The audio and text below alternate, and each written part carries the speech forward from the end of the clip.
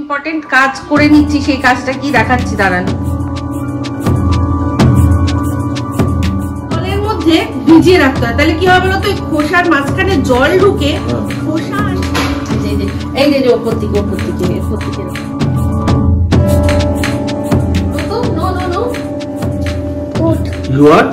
কাঁচা লঙ্কা আমি দিয়েছি। এটা কিন্তু আমার মানে নিজস্ব ট্র্যাডিশন।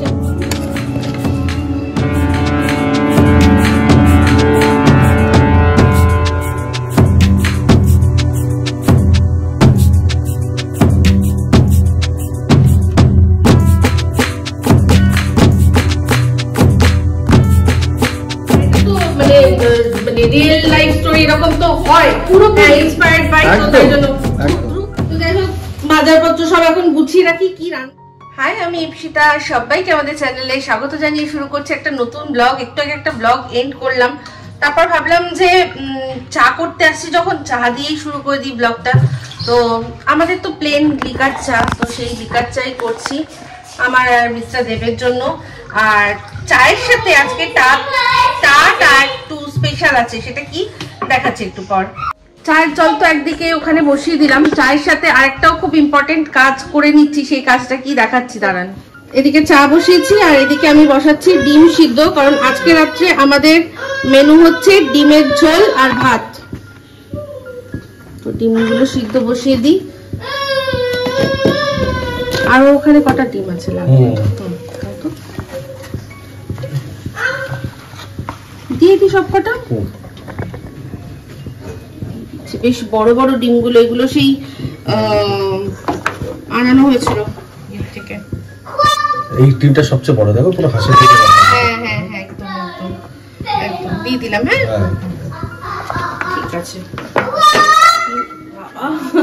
আচ্ছা, বলছিলাম না যে চায়ের সাথে একটু স্পেশাল কি আছে, তো স্পেশাল এই যে ম্যালকিসটা আছে, এটাই আজকে চায়ের সাথে আমরা দুজন খাবো।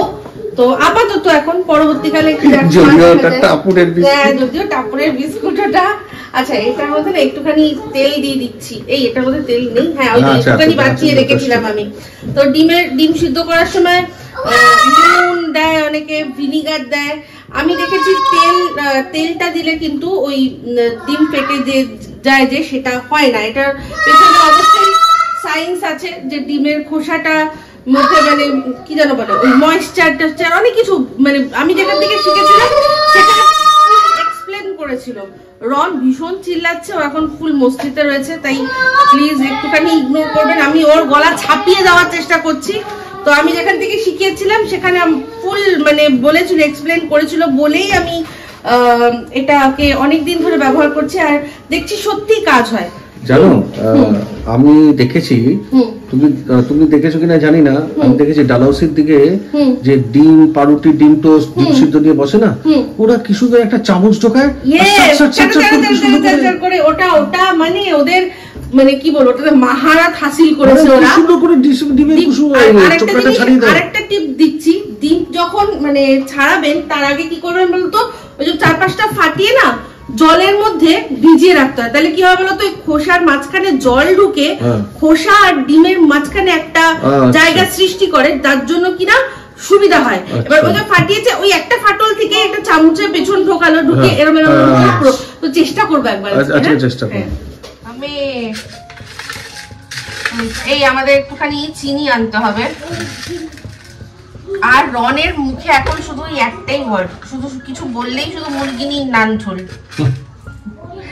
আজকে কি বলো, কিরকম ফুলকপি? বাবা ফুলকপির তরকারিটা ফার্স্টে খেলো, মানে ফার্স্ট তো দেখেই মুখ মানে সেই একটা আশাহতর মতো সফট হয়ে গেল। ব্লগে দেখতে আগে ব্লগটায় আমি জিজ্ঞেস করেছিলাম যে মুখটা কিরকম, পুরো সফট হয়ে গেল। তারপরে ভালো করে খেলো না। তো যাই হোক, আমি চাটা খেয়ে তারপর ওকে সেরেগ্রো খাইয়ে দেবো, কারণ একটু আগে একবার বলেছে সেরেগ্রো। রোজ রোজ মুরগি দিয়ে লাল ঝোল খাওয়া ভালো না, না রোজ রোজ কোনো কিছুই রোজ রোজ ভালো না। ওকে এবারে চেষ্টা করছি একটু ভেজ একটু ট্রাই করানো, যদিও খেতে চাইছে না তাও চেষ্টা করছি। কারণ সব সময় মাছ না, আমি কি করি অনেক সময় ওই মানে ভাতের মধ্যে মেখে দিই, মেখে দিলে না ও বোঝে না। যেমন পেঁপে, গাজর, বিনস এগুলো কিন্তু খায়, ওগুলো কিন্তু ও খায়। তো যাই হোক ওরকম ভাবেই খাওয়াতে হবে। তো এই না আমার মাঝখানে অভ্যেসটা ভালো হয়ে গেছে। আমি ডাল রুটির অভ্যেস করেছিলাম এর বাবা, কারণ আমি বলছি কারণ টাপুর ছোটবেলায় কিন্তু মাছ খেত, হ্যাঁ তারপরে ওর কি হলো ক্লাস 9-5 এর পর থেকে ও একদম ছেড়ে দিল। ওই আমাকে দেখতো, আমি দেখলাম যদি ছেলেও যদি দেখা দেখি মাছ ফাছ না খায় তাহলে খুব মুশকিল, বিশেষ করে আমার তো ও যেমন সব রকম মাছ খায় না, মেয়েও মাছ খায় না, তো এবারে যদি কেউ ঘরে না খায় তাহলে তো আমার পক্ষে একার পক্ষে খাওয়া মুশকিল। তো সেই কারণে আমরা ছেলেকে অন্তত মাছটা খাওয়ানোর অভ্যেসটা করাই, মাছ মাংসটা খাওয়া বলতে নেই মানে এখনকার বাচ্চারা যেরকম মাছ খেতে চায় না, রন সেদিক দিয়ে কিন্তু আবার ঠিক আছে, রনের পরিষ্কার হিসাব ওকে মাছ ভাত মাংস ভাত মেইন হচ্ছে দুটো ভাত দিয়ে দাও ভাই, তাতে মাছ দাও, ডিম মাছ মাংস ভাত কিছু একটা থাক দিয়ে দাও দুটো। ওর সামনে পিৎজা খেলেও টাচ করবে না, বার্গার খেলেও টাচ করবে না আপাতত, এখনো হয়নি। আমি ওটা সারা ও নিজে বড় হবে যখন নিজে খেতে পারবে সেই জন্য আমি এখনই ইন্ট্রোডিউস করার জন্য অত লাফাচ্ছি না। মাছ ভাত খাক, ডাল ভাত খাক, যেমন ডাল আবার মাছ ভাজা দিয়ে খেতে খুব ভালোবাসে, মাছ ভাজা আর ডাল ও ভীষণ প্রিয়, মানে পিওর বাঙালি স্বভাব, একদম বাঙালি স্বভাব। তো এখন থাক, সেটা আমি বজায় রাখতে চাই, আমি জানি এটা থাকা ভালো। হ্যাঁ পরে যখন হবে সেটা নিজের চয়েসে হবে, আমরা কিছুই চাপিয়ে দেবো না। তো যাক, আমাদের কথা বলতে বলতে চা একদম রেডি। ওই দেখো মাছ ভাত বলছে, মাছ ভাত এখন ছেলেগুলো খাবে। ঠিক আছে চলুন পরে আবার আসছি। এই যে ডিম সিদ্ধ হয়ে গেছে, ডিমগুলোকে একটু ফাটিয়ে ফাটিয়ে রেখে দিয়েছিলাম। হ্যাঁ তো এবার দেখি ওটা হয় কিনা। হ্যাঁ এই যে ওরা এরকম ভাবে ঢুকায়, ঢুকিয়ে এরকম এরকম করে কি সুন্দর করে। দেখ আমার ওটা এরকম ভাবে হচ্ছে, তবে কাজ হয়, তাই তো? এটা তো বোঝা গেল। আমি ওরকম ভাবে প্রফেশনালদের মতো পারলাম না, তাও আরেকবার চেষ্টা করি। হ্যাঁ ওয়ান্স মোর। এই যে এরকম ঢোকালাম, ঢুকিয়ে এক চান্সে ঢুকে যায় এরকম ডাল করে পাকড়ে না যায়। অনেক দিনের প্র্যাকটিস থাকলে তবে এটা হয়। তবে এই যে বললাম ডিম কিন্তু ফাটেনি, একটা ডিম শুধু আগের থেকেই একটুখানি ফাটা ছিল, সেই জন্য ওখান থেকে ওটা একটু এই যে জাস্ট হ্যাঁ তো বাস। এই যে দেখো জলে ভিজিয়ে রেখেছিলাম বলে দেখলে সটাস করে বেরিয়ে আসলো। আবার একটা দেখো, চেষ্টা করবো, চলো দেখি। চলো এই যে ওপর থেকে এরকম করে ধরে এরকম টিউ টিউ টিউ করে পুরো ছাড়িয়ে দিতে হয়। ঠিক আছে। এই এক সময় ছোটবেলায় মনে আছে তবলা ডিম? হ্যাঁ কি হলো তোদের বাড়িতে? খোল তবলা। হ্যাঁ মানে মাঝখান থেকে অর্ধেক ডিমের ঝোল, আর উপরে একটা কিছু লেয়ার দিয়ে দিত যাতে কুসুমটা না পড়ে যায়। হ্যাঁ ওটা কি দিত বলতো? ময়দা, আটা বা ময়দা গুলে একটা লেয়ার দিয়ে দিত যাতে আর কি কুসুমটা পড়ে না যায়। একজন এভাবে করছে, আমি জানি কেন করছে, ওই যে নিয়ে গেছে। ও আচ্ছা আচ্ছা আচ্ছা। তো সেটাই বলছি, এখন আমরা দুটো ডিম খাই কি গোটা ডিম খাই, একসময় ছোটবেলায় মনে আছে হাফ করে ডিম হতো, অনেকের বাড়িতে হতো। আমি জানি যারা খেয়েছেন হাফ করে ডিম তারা একটু কমেন্ট করে বলবেন তো। চলো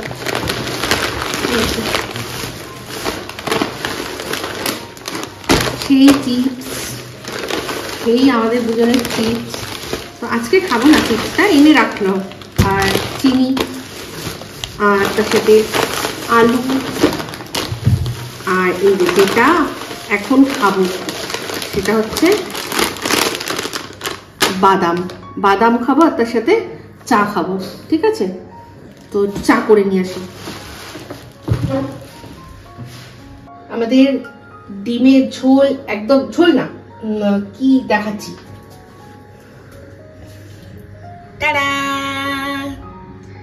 সেমি আন্ডা কারি। আলু দিয়ে সেমি, আহা কি গন্ধ! যে খুললাম না ঢাকনাটা, চারদিকে পুরো ডিমের কারির আসল গন্ধ একেবারে মম করে উঠলো। আরেকজন ঘুমাচ্ছিল, উঠে গেছে। তো এটার সাথে না ভাবছি, মানে রন তো ভাত খাবে, রনের ভাত আছে, তো ভাবছি আমাদের জন্য, আমার আর মিস্টার দেবের জন্য শুধু একদম হালকা একটুখানি পোলাও বানিয়ে নেবো, একটু অল্প একটু পরিমাণে পোলাও বানিয়ে দেবো। সেটা হচ্ছে গিয়ে গোবিন্দভোগ চালের।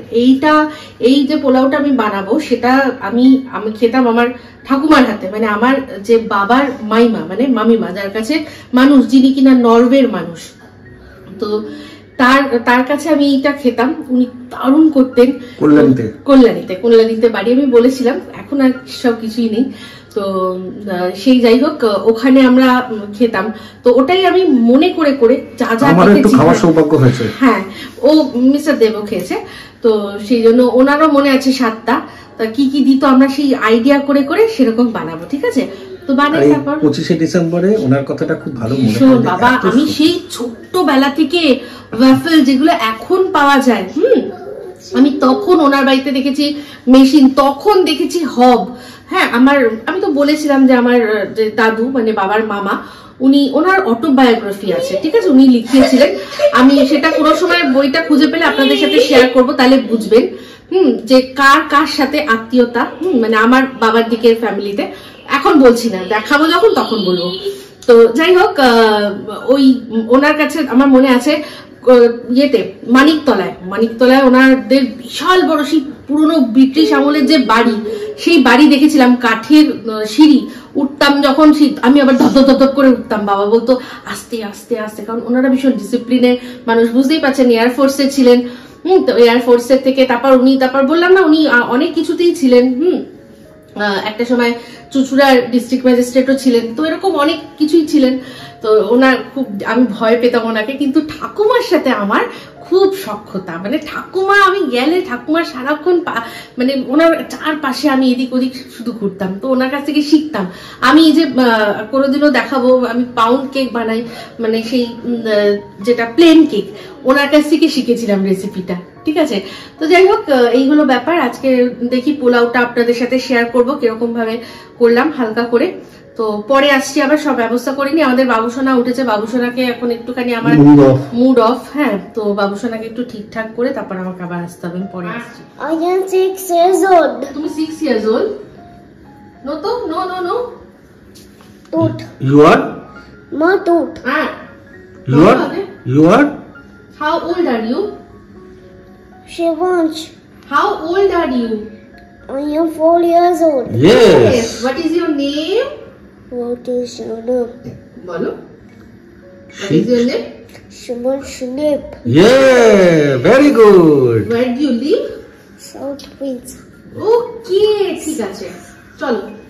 এই যে আমাদের পোলাও একদম রেডি, আমি সর্বশেষে দেখালাম। তো এটাতে করার কিছু নেই, এর মধ্যে শুধু আমি একটুখানি কিশমিশ দিয়েছি, চাইলে আপনারা কিশমিশটা বাদও দিতে পারেন। এটার মধ্যে ঘি, পুরো ঘি দিয়ে করতে পারেন বা তেল ঘি মিশিয়ে করতে পারেন, ঠিক আছে? তো যাই দিন সেটার মধ্যে দিয়ে গোটা গরম মশলা ফোড়ন দিয়েছি, আর তার মধ্যে চালটাকে দিয়ে খুব ভালো করে ভেজেছি।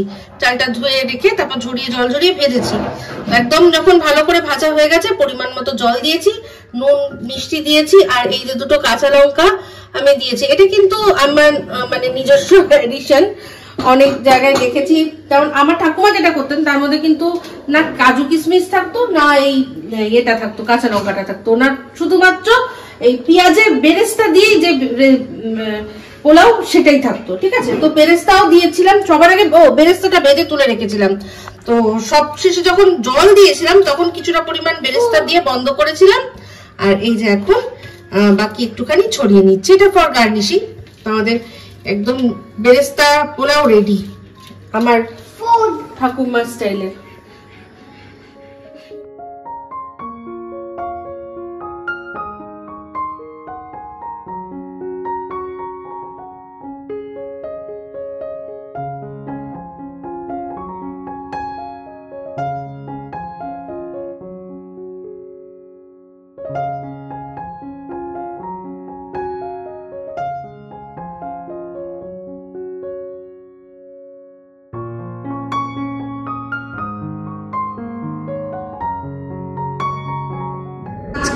মিস্টার দেব বেরিয়ে গেছিল, তো খাওয়া দাওয়ার কেউ নেই, শুধু গোগো আর রন, টাপুরও নেই। তো গোগো আর রনের জন্য ভাত বসিয়ে দিয়েছিলাম, যে ডিমের ঝোল ছিল, রনকে খাইয়ে দিয়েছি, গোগোকে গোগোর খাবার খাইয়ে দিয়েছি। তো আমার কিছু খাওয়া হয়নি, এখন মিস্টার দেবেরও খাওয়া হয়নি। এখন মিস্টার দেব এসছে, তার সাথে খাবার নিয়ে এসছে সাথে করে, কি এনেছে সেটা দেখাচ্ছি। হাসছে আবার করে। এমন একটা টাইম যে সময় আর কিছু করার নেই। তো আমার একটা খাবার নিয়ে এসছে, দেখাচ্ছি কি এনেছে। হ্যাঁ, ডিম টোস্ট, আর তার সাথে আমি এখন চা করলাম। ডিম টোস্ট 4:30 বাজে, সেটাই কি খাবে 4:30 সময় তো কিছু খাবার। হ্যাঁ, সেটাই খেলাম। আমি পুরো বিধ্বস্ত। ওই চ্যানেলে একটা ভিডিও পাবলিশ করতে গিয়ে সেই এক্সপোর্ট হয় না কি জ্বালাতন। তারপর শেষে হয়েছে, অনেকক্ষণ আগেই হয়েছে। এতটা স্ট্রেস হয়ে গেছে, সোজা গিয়ে শুয়েছিলাম। রনের সাথে খেলছিলাম, তার মধ্যে মিস্টার আসলো আর কি। রন খেলছিল আমার সাথে, পুরনো ছবি কিছু দেখছিলাম। ওই এক ব্লগের জন্য থাম্বনেল বানাবো, তো পুরনো ছবি সেই দেখতে দেখতে কতটা সময় চলে গেছে। সেটা ওই পুরনো ছবি দেখে না, সত্যি বলছি মাইন্ডটাও রিফ্রেশ হয়, জানো তো। পুরনো ছবিগুলো দেখছিলাম, সেইগুলো মনে করছিলাম, অনেক জিনিস ভাবছিলাম। হ্যাঁ, আর আমার শুধু একটাই আক্ষেপ হচ্ছিল যে যেই জায়গা আজকে 2017 দেখছি যে আমরা ইয়াং বেঙ্গল হোটেলে খেয়েছি, এখন কিছু মানে এই মনে হয় 2-1 বছর হলো এটা এত বেশি লোকে গিয়ে ব্লগ করছে। আমরা কোন সময় খেয়েছি? সম্রাট হোটেল দেখছি 2016-এ খেয়েছি, এখন দেখছি সবাই সেখানে। আমি ভাবছি যে এই সামনে যদি জানতাম, তখন থেকে যদি শুরু করতে পারতাম, তাহলে আজকে হয়তো আমাদের নিয়ে লোকে কন্ট্রোভার্সি করতো, তাই না? আমি কন্ট্রোভার্সি করি, আর আমাদের নিয়ে লোকে কন্ট্রোভার্সি করতো। অনেক দেরি হয়ে গেছে, বাট ঠিক আছে, বেটার লেট দ্যান নেভার। সেটা তো, এই কথাটা তো আমি সবসময় মানি, বলি। খেয়ে নিয়ে আমার চাটা ঠান্ডা হয়ে যাবে। হ্যাঁ, গুড ইভিনিং।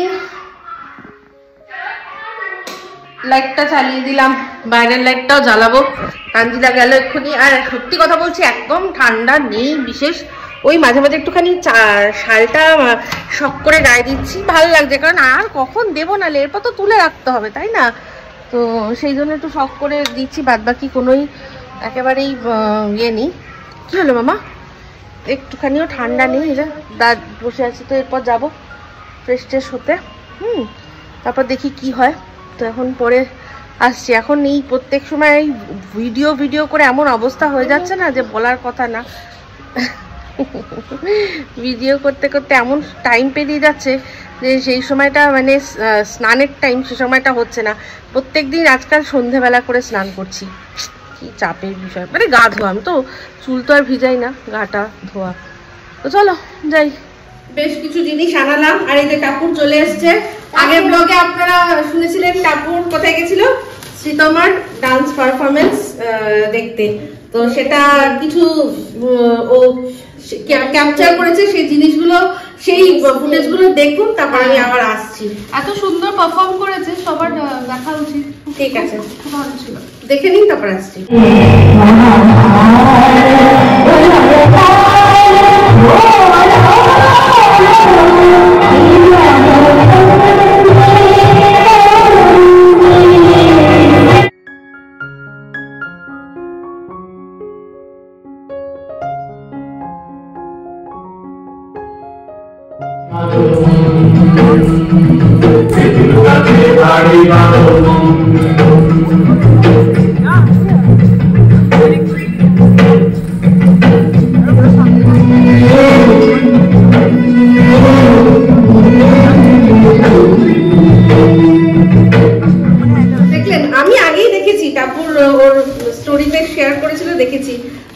যাই হোক, আমাদের জিনিসপত্র এসে গেছে। এই যে কুমড়ো পুরো কেটে পুরো টুকরো করে দেওয়া কুমড়ো, পটল, পটলা, এটা হচ্ছে পালং শাক, যেটা মানে এখানে পাওয়াই যায়, এখানে পাওয়া মহা মুশকিল, সেটাই বলতে যাচ্ছিলাম আমি। এই যে পালং শাক, আর সুন্দর ফুলকপি, এই যে ধনেপাতা। এদের কিন্তু ভাই ফ্রেশ, একদম সব ফ্রেশ। হ্যাঁ, কি আজকে এটা ইনস্টা থেকে এসেছে। কোয়ালিটি, এটা হচ্ছে ইয়ে যেন মানে মূলো 4টে আছে।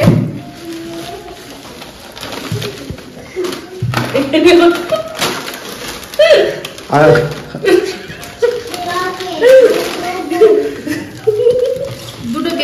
দুটো বেগুন আছে। বেগুনগুলো একদম দেখুন, সুন্দর তাজা বেগুন পুরো। এই বেগুনগুলো পোড়া খেতে, ওটা লেখা ছিল যে পোড়ার জন্য, ভর্তার জন্য। আচ্ছা, এই তুমি বলেছিলে 3 আটি শাক এনেছো? ও আচ্ছা, হ্যাঁ হ্যাঁ 3 আটি। কি গো ভয় খাই দিচ্ছ? হ্যাঁ ঠিক আছে ঠিক আছে। আর তার সাথে সাথে পটেটো। তো এই আমাদের বাজার, খুব ঠিক সুন্দর আছে। বাজার হয়েছে। তো যাই হোক, বাজার হয়েছে, রান্না কি হবে পরে দেখাবো। টাপুর মাত্র সবে ফিরলো। তো আরেকটা জিনিস তো, হ্যাঁ সেটা শুধু সেটা আমার ডান্স না, আরেকটা জিনিসও দেখে এসেছিস। আরেকটা হচ্ছে আমি আজকে ডানকি মুভিটা দেখলাম, আর মুভিটা আমার খুব ডেফিনেটলি সবাইকে বলবো যে মুভিটা ওয়ার্থ ইট দেখা। মানে হাসি, ইমোশন সবই আছে, একটু একটু অ্যাকশনও আছে। তো এটা একটা এমন মুভি যেটা সবার দেখা উচিত। ইমিগ্রেশনের ইস্যুটার উপর খুব সুন্দর করে বানানো মুভিটা। আর এটা তো মানে রিয়েল লাইফ স্টোরি এরকম তো হয়, পুরো ইন্সপায়ার্ড বাই। তো তাই জন্য ধ্রুব তো সব দেখিয়ে দিল কোথায় কি বিষয়। তো আমার তো বিশেষ করে রাজকুমার মানে রাজু হিরানিকে আমার ভীষণ ভালো লাগে। ওনার সিনেমা দেখতে আমি খুবই মানে আমি বসে থাকি। তো এখন কতদূর মানে হলে গিয়ে যাওয়া হবে কিনা জানি না, তবে ওটিটিতে আসবে যখন তখন দেখবো। যাই হোক, বাজারপত্র সব এখন গুছিয়ে রাখি, কি রান্না হবে না হবে সেগুলো না হয় নেক্সট ব্লগে বলবো, ঠিক আছে। তো এই ব্লগটা এই অবধি রাখছি। যদি ভালো লাগে তাহলে অবশ্যই লাইক শেয়ার কমেন্ট করতে ভুলবেন না। যারা চ্যানেলটা সাবস্ক্রাইব করেননি তারা সাবস্ক্রাইব করে নেবেন। সবাই ভালো থাকবেন, সুস্থ থাকবেন। আবার আসি খুব শীঘ্রই একটা নতুন ব্লগ নিয়ে। तो चलते हैं फ्रेंड्स, दुआओं में याद रखना।